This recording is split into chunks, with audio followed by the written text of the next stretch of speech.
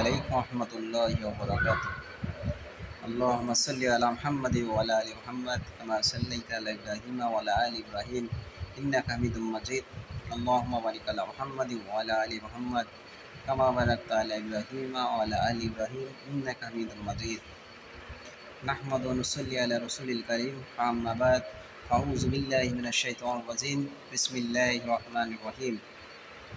শুরু করছে মহান রব্বুল আলামিন, যে রব্বুল আলামিন আমাদেরকে হায়াত রেখে সুস্থ রেখে সুন্দর মতো এই দুনিয়াতে বাঁচার তৌফিক দান করেছেন।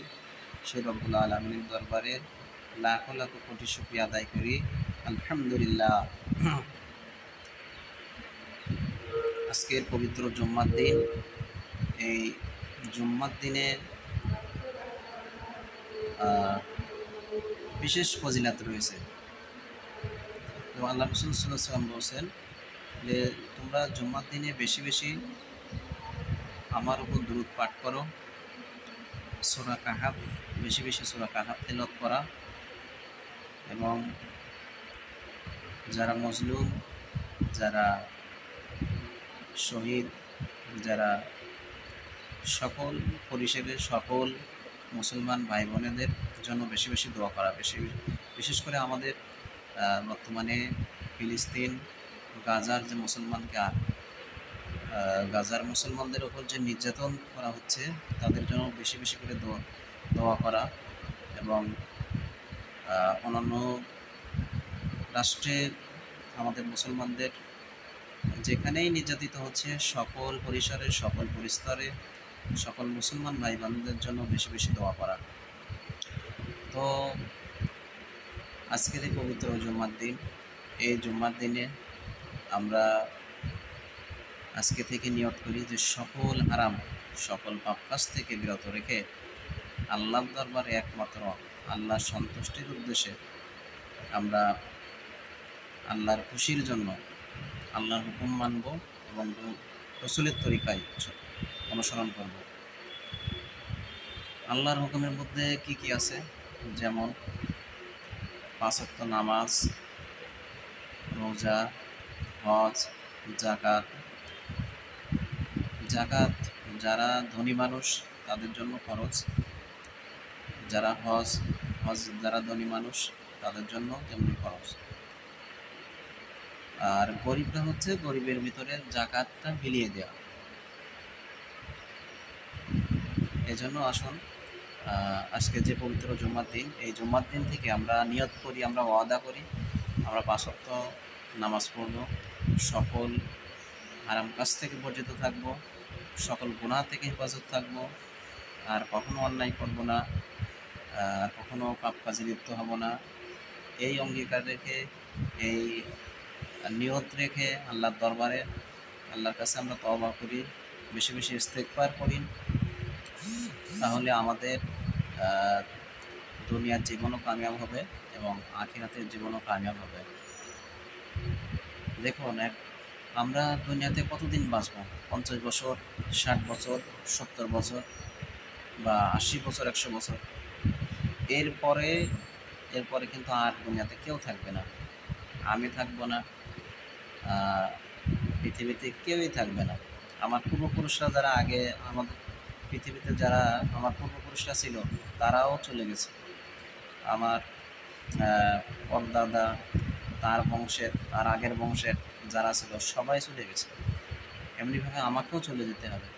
তো আল্লাহ তাআলা আসলে দুনিয়াটা কিসের জন্য তৈরি করছে? আল্লাহ তাআলা এই দুনিয়া তৈরি করছে আমাদের শুধুমাত্র তার ইবাদতের জন্য, তার সন্তুষ্টি লাভের উদ্দেশ্যে। তো আসলে আমরা দুনিয়ার আরাম আয়েশ, একটু ভালো থাকার জন্য, একটু সুখে থাকার জন্য কত চেষ্টা করি। দুনিয়ার ভালো থাকার জন্য আমরা পাপ কাজে লিপ্ত হই, আমরা হারাম পথে লিপ্ত হই, অবৈধভাবে টাকা পয়সা ইনকাম করি, হারামভাবে আমরা চলে যাচ্ছি। আমাদের দিল থেকে, আমাদের হৃদয় থেকে সেটা অনুভব হয় না, আমাদের খারাপ লাগা সৃষ্টি হয় না। এটা আসলে আল্লাহর থেকে যখন মহব্বত আস্তে আস্তে উঠে যাবে, আল্লাহর ভালোবাসা আমাদের দিল থেকে আস্তে আস্তে উঠে যাবে, তখন আমাদের এইরূপ আচরণ আমাদের সাথে হবে। তো আমরা যদি নিয়মিত 5 ওয়াক্ত নামাজ পড়ি, আমরা যদি আল্লাহ রসুলের সুন্নত মোতাবেক আমল করি, তাহলে দেখবেন যে আমাদের এরকমটি আমাদের সাথে আর হবে না।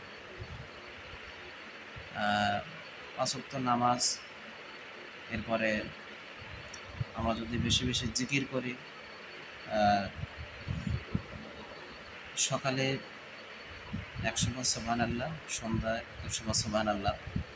একটা হাদিসে আছে, আল্লাহ রাসূল সাল্লাল্লাহু আলাইহি ওয়াসাল্লাম বলছেন যে কোনো ব্যক্তি যে তার জবান এবং তার ইজ্জতকে হেফাজত রাখে, তো আমি রসুল তার জান্নাতের জিম্মাদার হব। সুতরাং আমাদের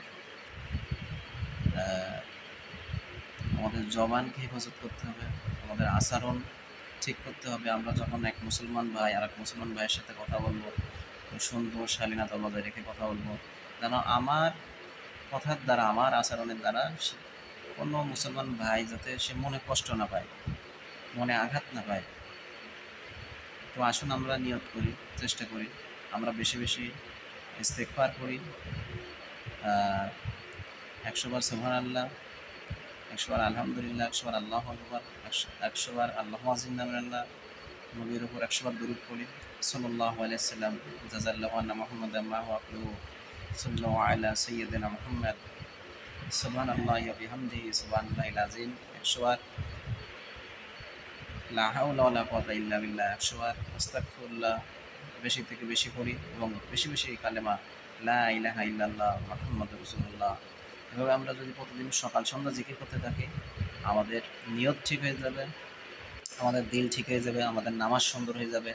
আমাদের নামাজ সুন্দর হয়ে গেলে আমাদের সকল হারাম, সকল পাপ কাজ থেকে আমরা মুক্ত থাকতে পারবো। তো আসুন আজকে এই পবিত্র জুম্মার দিন থেকে আমরা ওয়াদা করি, 5 ওয়াক্ত নামাজ পড়বো, রসুলের সুন্নত মোতাবেক আমল করবো, আর কোনো পাপ কাজে লিপ্ত হব না, হারাম পথে যাব না। আসসালামু আলাইকুম রহমতুল্লাহি ওয়া বারাকাতুহু।